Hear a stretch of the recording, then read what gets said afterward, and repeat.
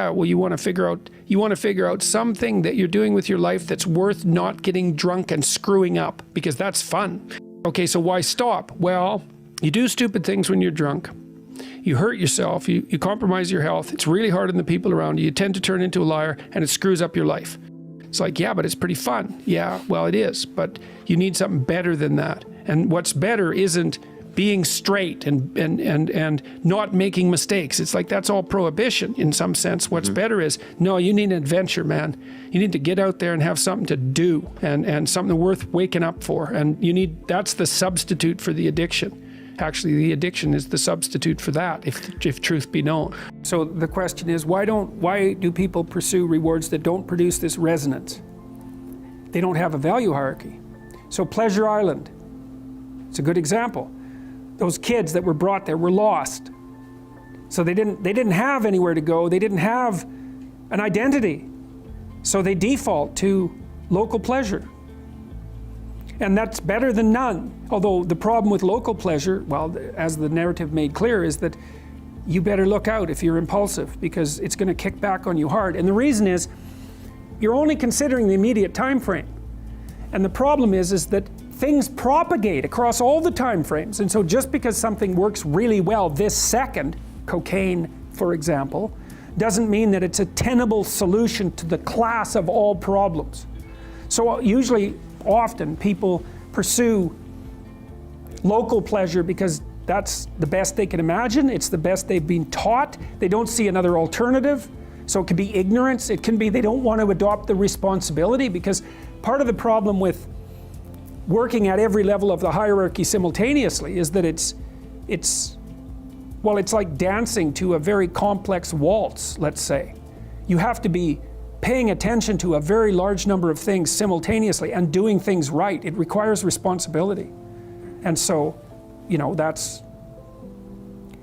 it's a pain. It's a weight. Part of the reason people drink alcohol is to get rid of their responsibility. I mean, you hear people drink because they have problems. It's like, yeah, no. Some people drink because they're anxious, and alcoholics drink because they're in withdrawal. But young people drink because they're sick and tired of being responsible, because it's annoying. It's like, so I'll drink enough, I won't care about the medium to long-term consequences, because alcohol, that's exactly what alcohol does. It doesn't make you ignorant of the medium to long-term consequences, but it makes you not care about them. And partly it's because it dampens anxiety. So it dampens anxiety, leaves your positive emotion circuits intact, so then you can go out there and do stupid fun things. And that's a party, really. Let's go do stupid fun things. That's a party. But the medium to long-term consequences it's risky. It doesn't mean you shouldn't do it, but it's risky. So, yeah, they don't know better. That's the answer, I would say. So, yes. Imagine that you have children who have a certain low-level amount of neurological trouble when they're infants. So something's gone wrong, maybe a little oxygen deprivation at birth, something like that. Something's gone a little bit wrong with their neurological development. Assuming that the damage isn't too severe, those children will stabilize and normalize if they have at least one well put together role model in their life.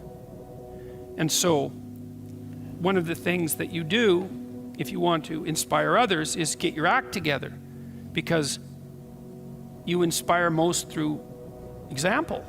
It's much more powerful than words. Words are very powerful if they're also accompanied by example. But the best thing you can do is start putting things together around you. There's plenty of things to put together. It's a good meditative exercise, and I think this is the proper form of prayer, let's say, assuming that there is such a thing. A proper form of prayer would be, if you're not happy with your life, if you're miserable, you sit on the edge of your bed and you think, is there anything I can change in what I'm doing that is going to make this less awful than it has to be, less awful than it might be? And you have to ask that, with intent. And generally speaking, you'll get an answer almost immediately.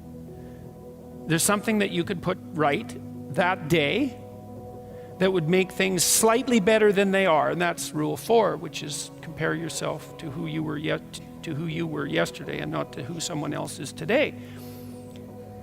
I don't believe that there's a person who exists who wouldn't receive an answer to that question if they genuinely asked it. And it's no different really than thinking. Like if you think, you have a problem, you think, you get an answer. Might not be the right answer, but obviously you get an answer. And you might think, well, I thought up that answer. It's like, well, that's really not much of an explanation because you don't know how you think. It's like I'm sitting there and thoughts appear in my head and that's how I think. It's like, that's a pretty shallow explanation. It's not much different than revelation. It's like you ask yourself the proper questions, you'll get the proper answers. If you ask the right question and you want the answers, right? And those are not easy preconditions to set up because who knows, if you're sitting on the edge of your bed thinking, okay, what am I doing wrong? That's a hell of a question to ask, because if you really want to know, you'll find out. And then you'll find out that you really didn't want to know.